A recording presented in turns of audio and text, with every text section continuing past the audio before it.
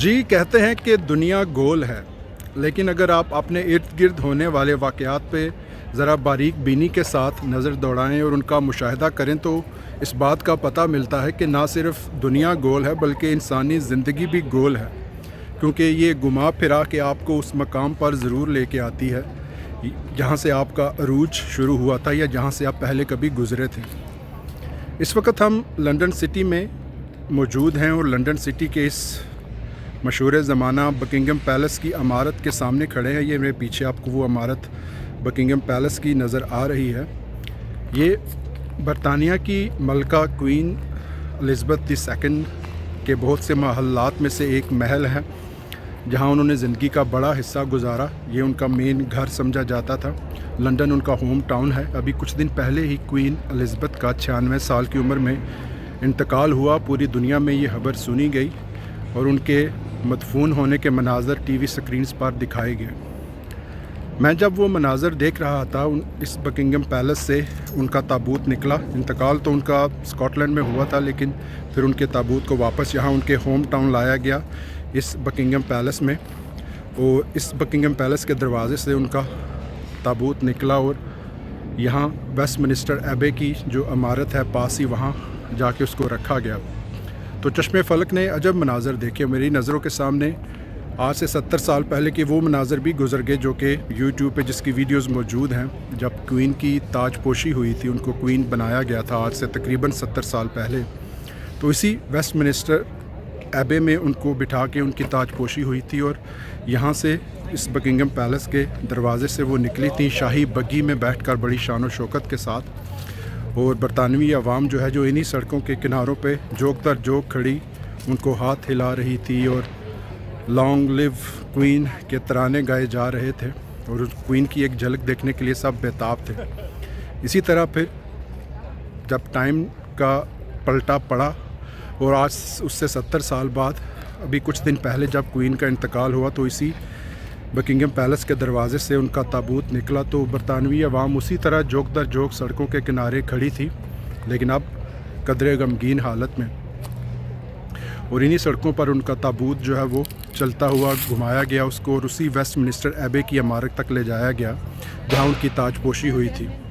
और वहाँ उनका ताबूत रखा गया जहाँ अवाम ख़वास आती थी और उनके ताबूत को जो एक झलक जो है वो देखती थी।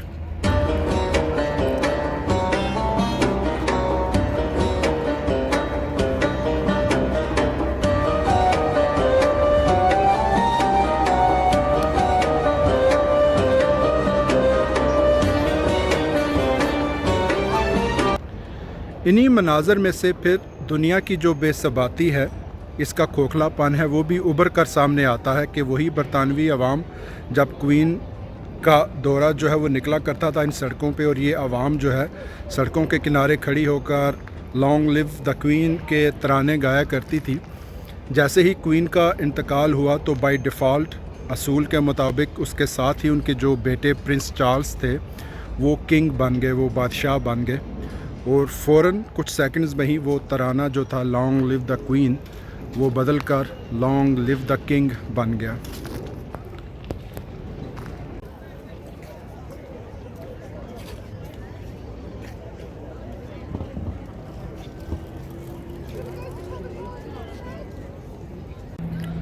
जी अगर दुनियावी लिहाज से देखा जाए तो क्वीन की ज़िंदगी काबिल रश्क ज़िंदगी थी। 96 साल तक ज़िंदगी गुजारी उन्होंने, ज़िंदगी की 96 बहारें देखी और एक सेहतमंद ज़िंदगी गुजारी। मरने से 48 घंटे पहले तक वो हशाश बशाश थी। अभी कुछ दिन पहले ही बरतानवी जो न्यू प्राइम मिनिस्टर जो वज़ीर आज़म बनी, रस्म के मुताबिक रवायत के मुताबिक जो क्वीन होती है, जो रॉयल फैमिली होती है, वो प्राइम मिनिस्टर को अपॉइंट करती है। तो मरने से 48 घंटे पहले नई प्राइम मिनिस्टर ने क्वीन को उनके महल में विज़िट किया और वो बड़ी हशाश बशाश नज़र आ रही थी। और फिर 48 घंटे बाद ही उनकी तबीयत बिगड़ी और उनका इंतकाल हुआ। अगर आप उनकी ज़िंदगी पर एक नज़र दौड़ाएं, 1926 में वो पैदा हुई तो एक भरपूर ज़िंदगी गुजारी उन्होंने और दुनिया के जो मुख्तलिफ़ अहम अदवार थे उनका उन्होंने एक्सपीरियंस किया। उन्होंने अपनी नज़रों के साथ उनको होते हुए देखा और ज़िंदगी और दुनिया के सफ़े पलटते हुए देखे। 1926 में वो पैदा हुई और फिर ज़रा होश संभालते उन्होंने अखबार और मैगज़ीन का दौर भी देखा। फिर अखबार और मैगज़ीन के दौर को रेडियो ट्रांजिस्टर में बदलते हुए देखा, जब रेडियो दुनिया में नया नया आया। और फिर रेडियो से टीवी तक का सफ़र भी तय किया उन्होंने, और फिर टीवी से इंटरनेट का जो एक सैलाब दुनिया में आया उसको भी देखा उन्होंने। दूसरी जंग अज़ीम देखी उन्होंने। जब वो क्वीन बनी तो उनके जो पहले प्राइम मिनिस्टर थे वो सर विंस्टन चर्चिल थे, जो मशहूर ज़माना बरतानवी प्राइम मिनिस्टर गुज़रे हैं। उन्होंने क्वीन के अंडर काम किया। दुनिया में एटमी जो एक हथियार है उनका सैलाब आते हुए भी देखा, और एटम बम की तबाहकारियाँ भी देखी जो जापान में हुई उनकी हयात में। एक भरपूर ज़िंदगी गुजारी उन्होंने, लेकिन फिर आखिर वही होता है कि एक दिन मट्टी ओढ़ के हम भी सो जाएंगे, और वो दिन भी फिर चश्मे फलक ने देखा।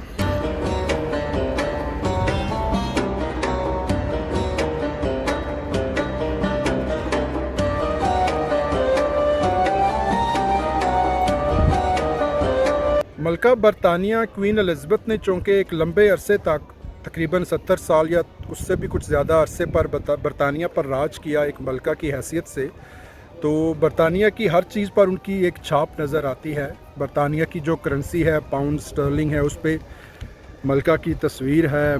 पुलिस का जो यूनिफॉर्म है उसके ऊपर भी उनकी छाप है। तो अभी जब नए बनने वाले किंग हैं, किंग चार्ल्स, अब प्लान है कि करेंसी को चेंज करके उसके ऊपर प्रिंस चार्ल्स जो अब किंग हैं, किंग चार्ल्स हैं, उनकी तस्वीर लगाई जाएगी, और पुलिस का यूनिफॉर्म भी चेंज किया जाएगा, क्योंकि हर चीज़ पर क्वीन की छाप है, और क्वीन के चले जाने के बाद अब ये काबिल कबूल नहीं है। इस बात को देखते हुए एक इब्ने इंशा साहब जो हमारे उर्दू अदब के बड़े अच्छे मज़ाह निगार हैं, उनकी एक बात याद आती है। अपने एक सफ़रनामे के में लिखते हैं वो, अपने एक सफ़र पे जब वो बाहर मुल्क गए तो जिस होटल में उन्होंने क़याम किया उस कमरे में उनको बड़े अच्छे एक फ़ैंसी जूते जो है वो मुहैया किए गए कि कमरे के अंदर इस्तेमाल के लिए बड़े अच्छे फ़ैंसी किस्म के जूते थे। वो जो साबुन था, सोप था, वो भी बड़ा अच्छा, छोटी छोटी उनको बहुत सी उसके पीसीस दिए गए। लेकिन वो कहते हैं कि उस जूतों के ऊपर, उस साबुन जो सोप था उसके ऊपर, और जो कप्स थे टी के कमरे में उनको मुहैया किए गए, सब के ऊपर होटल की एक छाप थी। होटल का नाम कंदा था। अगर वो नाम कंदा ना होता, वो छाप ना होती, तो गलती से वो चीज़ें मेरे बैग में वापस पाकिस्तान आ सकती थी, और किसी को भी तोहफ़ा देने के लिए वो बुरी चीज़ नहीं थी। किसी को भी तोहफ़े के तौर पर दिया जा सकता था और अपनी एक धाक बिठाई जा सकती थी, लेकिन कम वक्तों ने हर चीज़ पे होटल की छाप लगाई हुई थी, और जिसको भी वो दी जाती तो उसको पता चल जाता कि ये तो होटल का सामान है जहाँ पे आपने क़याम किया था।